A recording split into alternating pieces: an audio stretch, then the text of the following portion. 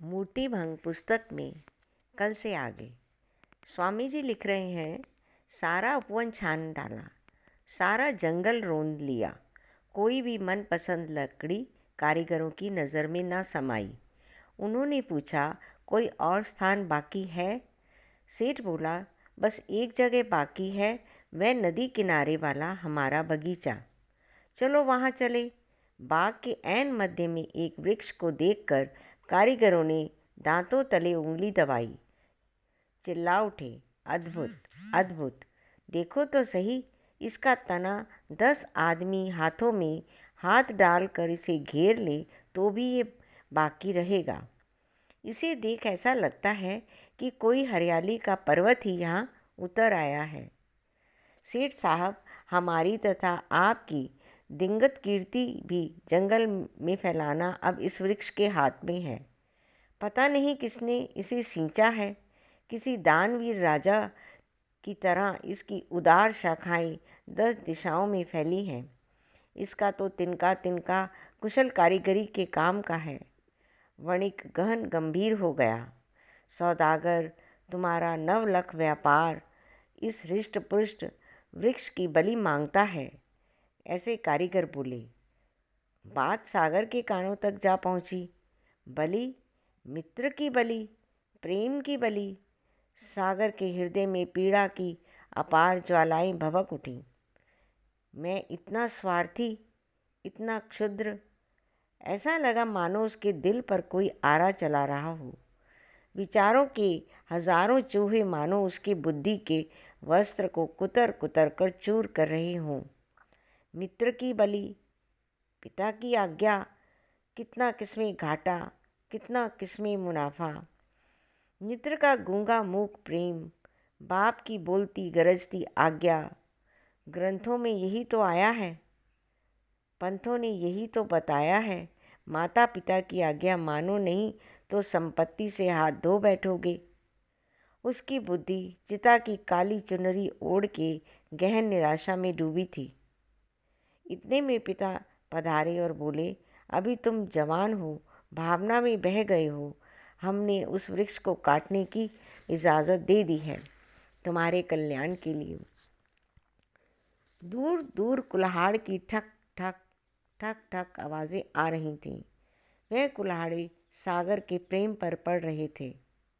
उसको ऐसा लगा जैसे उसके दिल ही के टुकड़े हो में उसके लिए नौका बनाई जा रही है। उसका दिल स्वार्थ की आरी से काटा जाएगा और धन की मेखों से जोड़ा जाएगा। सारे वृक्ष को कारीगरों ने काले यमन को सौंप दिया। निचला 2 हाथ का हिस्सा छोड़ दिया क्योंकि उसमें गांठें बहुत थीं। कारीगर बोले, देखो सेठ, जल परी तैयार है।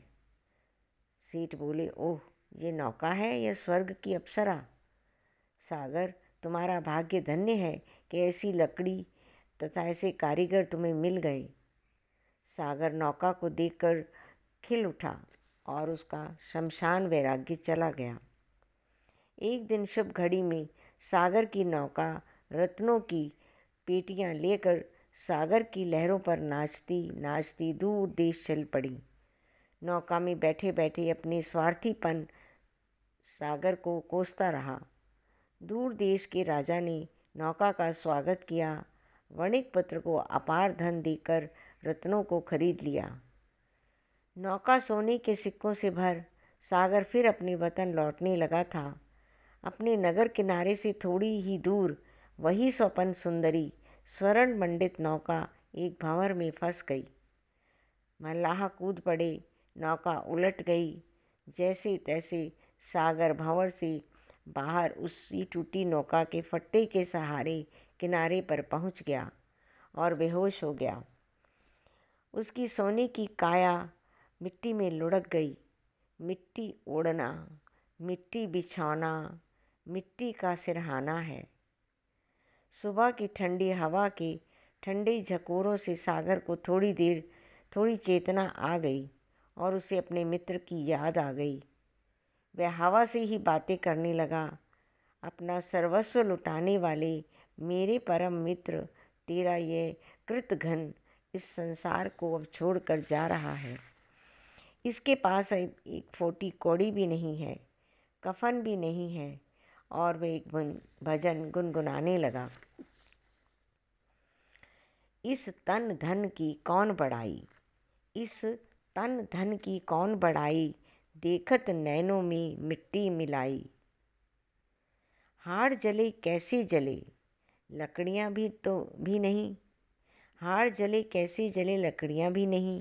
बाल जले कैसे जले, आग भी तो नहीं। उसने इर्द गिर्द देखा। कुछ जंगल के आदिवासी लकड़ियाँ काटने जंगल की तरफ जा रहे थे। अपनी सारी शक्ति इकट्ठी करके सागर ने उन्हें पुकारा तथा पास आने पर सजल नयनों से पूछा, मेरे जीवन की अंतिम घड़ी में क्या आप मेरी मदद करोगे? सरल स्वभाव के जंगली बोले, कहो कहो। सागर बोला, यहाँ से थोड़े ही दूर वृक्ष जाति का मेरा एक परम मित्र है। मेरे भी जीवन का शेष है, वैसे ही उसके जीवन का भी वहाँ शेष यानी ठूठ है। उसको मेरे अंतिम प्रणाम कहना। तेरा मित्र सागर संसार से जा रहा है। उसका सारा घमंड चकनाचूर हो चुका है। वह इस मतलबी संसार को समझ चुका है। तू मेरा असली मित्र है। और पूछना, मेरे अग्नि संस्कार के लिए तू मेरी मदद करेगा? सारे आदिवासी समझ गए, अरे ये वही वणिक पुत्र और जिस ठूंठ की ये बात कर रहा है वह इस सारे जंगल के इलाके का वैभवशाली वृक्ष। अरे बचपन में उस वृक्ष पर ऐसा प्रेम करता था, बिल्कुल पागलों जैसा। चलो इसका संदेश इसके प्राण जाने से पहले उस वृक्ष के अवशेष को पहुंचा दें। उन आदिवासियों ने चलना छोड़ दौड़ना शुरू किया। वहां पहुंचे, मित्र की विनती उस मित्र को सुनाई। ठूंठ बोला, देर मत करो, वह मर जाएगा तो उसे पशु पंक्षी खा जाएंगे। चलाओ अपने तेजस्वी कुल्हाड़े, ठूंठ तो क्या जड़ें भी निकाल लो। मेरा यहाँ से अस्तित्व ही मिटा दो। अनेक दिनों के वियोग के बाद मेरा उससे अंतिम मिलन करवाओ। ऐसी अग्नि जलाओ, ऐसी राख बनाओ कि संसार ये समझ भी ना पाए कि कौन सी राख वृक्ष की, कौन सी राख मित्र की। उन्होंने वैसा ही किया। पूर्णमासी के पूर्ण चंद्र ने उस चिता की शुभ्र राख पर अपनी चांदी की किरणें फैला दी। उस राख की चमक इतनी थी कि संसार की सारी प्रेम कथाएं फीकी पड़ गईं। राख की रौनक देखने लायक थी, वंदन करने लायक थी। आज हम विश्व के परम मित्र, कीट पतंग, पशु पंछी, दानव मानव सब पर प्रेम करने वाले, अपने जीवन सर्वस्व को समर्पण करने वाले एक निस्वार्थ प्रेमी का जन्मदिन मनाने जहाँ इकट्ठे हो गए हैं। आज हम विश्व के परम मित्र, कीट पतंग, पशु पंछी, दानव मानव सब पर प्रेम करने वाले, अपने जीवन सर्वस्व को समर्पण करने वाले एक निस्वार्थ प्रेमी का जन्मदिन यहाँ मनाने को इकट्ठे हुए हैं। उस हस्ती का नाम है भगवान महावीर। अमर होना क्या है? किसी भी व्यक्ति की देह कभी अमर नहीं होती। अमर होते हैं उनके जीवन सिद्धांत। सिद्धांत अनंत काल तक पृथ्वी के मानव जीवन पर अपना मंगल प्रभाव डालते रहते हैं। यही उनका विश्व पर साम्राज्य भोगना है। महावीर का सिद्धांत अहिंसा परमो धर्म। अहिंसा यानी क्या? इस नश्वर क्षणभंगुर संसार के पीछे छुपा हुआ शाश्वत जीवन। इस नश्वर क्षणभंगुर संसार के पीछे छिपा हुआ शाश्वत जीवन। क्षण क्षण उभरती और बैठती जीवन लहरों के पीछे छुपा हुआ शाश्वत जीवन सागर। महावीर तो अहिंसा को परम धर्म कह रहे हैं। क्यों? वह धर्म ही क्या है जो परम तक ना पहुँचाए? वह धर्म ही क्या है जो परम तक ना पहुँचाए, वो धर्म ही क्या है जो शाश्वत का साक्षात्कार ना कराए। अहिंसा ही हमें अमरता का स्वाद चखा सकती है। हिंसा मृत्यु का परिचय तो करा सकती है, लेकिन अमरता का नहीं। इसीलिए महावीर का कहने का भाव है कि अहिंसा धर्म के सर्वोच्च शिखर पर हमें पहुंचा सकती है। अखंड जीवन के उद्देश्य की पूर्ति केवल अहिंसा ही करवा सकती है। हिंसा से नकली छोटा सा सिंहासन मिलेगा, जो आया है वह कल जाने वाला है। आज आपने किसी से छीना, कल कोई आपसे छीन लेगा। हिंसा से देह पर विजय पा सकते हो, हृदय पर नहीं। जनता के हृदय पर जो विराजमान हो जाते हैं, वास्तविकता में वही सच्चे सम्राट हैं। जनता के शरीर पर आपने विजय पानी है तो याद रखना, देश और देह एक ही वस्तु हैं। जनता के शरीर पर आपने विजय पानी है तो याद रखना, देश और देह एक ही वस्तु हैं। देह यानी छोटा देश, देश यानी बड़ी देह।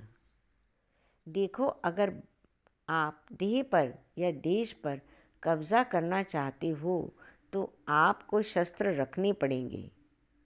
अगर आप दिल पर राज्य करना चाहते हो तो शस्त्र फेंकने पड़ेंगे। हर मानव को परमात्मा की ओर से अहिंसा का एक अत्यंत छोटा बीज मिला हुआ है। उसी को प्रेम कहते हैं। उसकी संभाल करनी होती है। आप देखेंगे कि हर बीज के ऊपर एक छोटी सी फुनगी होती है, एक नोक होती है, एक चोंच होती है, एक आँख होती है। वहीं से अंकुर फूटता है। वही चैतन्य बिंदु है। सबसे पहला काम उस चैतन्य केंद्र को संभालना है। जब उस केंद्र से अंकुर निकले तो उसे भी संभालना है। जन्मजात अहिंसा अंकुर को जल सिंचन करना है। वही लोग धार्मिक होते हैं जो मूल्यवान अहिंसा तत्व की रक्षा करते हैं, उसके इर्द गिर्द कठोर सत्य की बाड़ लगाते हैं और सदाचार का जल सिंचन करते हैं। तपस्या साधना की खाद डालते हैं, ज्ञान की खुरपी से गोड़ी करते हैं, अभय की गिलोल से रखवाली करते हैं। तब कहीं जा कर के अहिंसा का पौधा आहिस्ता आहिस्ता ऊंचा उठता है। फूल खिलते हैं, फल लगते हैं। ज्यों ज्यों वृक्ष घटादार हो जाता है, त्यों त्यों संतप्त संसार को छाया तथा असंतुष्ट मन को शांति मिलती है। ज्यों ज्यों वृक्ष घटादार हो जाता है, त्यों त्यों संतप्त संसार को छाया तथा असंतुष्ट मन को शांति मिलती है। जब हमारी खेती की उपयोगी फसल बढ़ती जाती है, तब तक उसके साथ एक उपद्रवी फसल भी बढ़ती जाती है। तब हमें अपने जीवन क्षेत्र में युद्ध करना पड़ता है, निशस्त्र युद्ध करना पड़ता है, और निशस्त्र युद्ध ही धर्म युद्ध है। गुणों की उपयोगी फसल के बीच में अवगुणों की उपद्रवी फसल भी फूलने लगती है। उस फसल को मिटाने का काम करता है। द्वेष की फसल को मैत्री के शस्त्र से गिराना पड़ता है। द्वेष की फसल को मैत्री के शस्त्र से गिराना पड़ता है। वैर की फसल को प्रेम के शस्त्र से हटाना पड़ता है। स्वार्थ और घास फूस को परमार्थ की खुरपी से उखाड़ना पड़ता है। फिर हमारे आंतरिक जीवन क्षेत्र में निर्मल खेती होकर उज्जवल कमाई हमारे हाथ लगती है। शेष कल। धन्यवाद।